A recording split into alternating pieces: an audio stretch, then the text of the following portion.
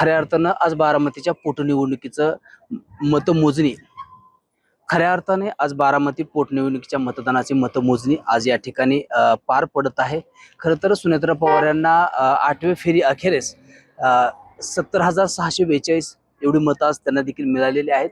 परंतु ही संपूर्ण निवडणूक खऱ्या अर्थानं भावनिकतेच्या वातावरणामध्ये आणि शोकाकुल वातावरणामध्ये ही निवडणूक पार पडत आहे। खऱ्या अर्थाने मी आज आपण या मतमोजणीच्या केंद्राच्या बाहेर उभा आहे। आपण हे संपूर्ण परिसर जर पाहिला, आपण एकंदरीत ही संपूर्ण परिसर अक्षरशः ह्या परिसरामध्ये सगळीकडे शुकशुकाट आपल्याला पाहायला मिळत आहे।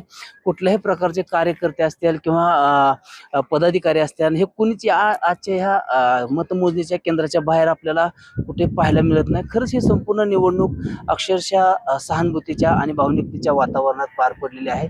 आणि हा संपूर्ण परिसरात देखील आपण जर पाहिलं तर संपूर्ण परिसरामध्ये शुकशुकाटाचं वातावरण आपल्याला पाहायला मिळत आहे। एकंदरीतच संपूर्ण ह्या बारामतीकरांनी आणि निश्चय देखील केलेला आहे, विजयाचा जल्लोष असन किंवा गुलाल असन, कुठल्याही प्रकारचा उत्सव साजरा करायचा नाही अशा प्रकारचा देखील या ठिकाणी पवित्रा उचलल्याचं आपल्याला देखील पाहायला मिळतं। त्याच पार्श्वभूमीवर आपण जर पाहिलं, त्या मतमोजणीच्या केंद्राच्या बाहेर संपूर्ण परिसर हा शुकशुकाट वातावरणात आपल्याला पाहायला मिळत आहे। परंतु एकंदरीत सुनेत्रा पवार यांना आता किती मतं मिळतात, किती मताधिक्याने सुनेत्रा पवार यांचा विजय होतोय, महाविकास आघाडीच्या माध्यमातून देखील मुख्यमंत्र्यांनी देखील या ठिकाणी आवाहन केलं होतं, त्याबरोबर महाविकास आघाडीच्या सर्व नेत्यांनी देखील आवाहन केलं होतं।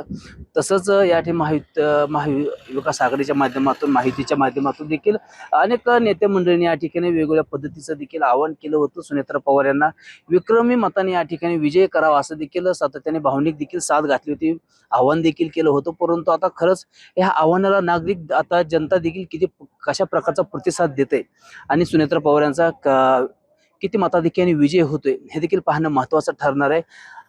सुंदर कोसाळकर, LS मराठी, बारामती।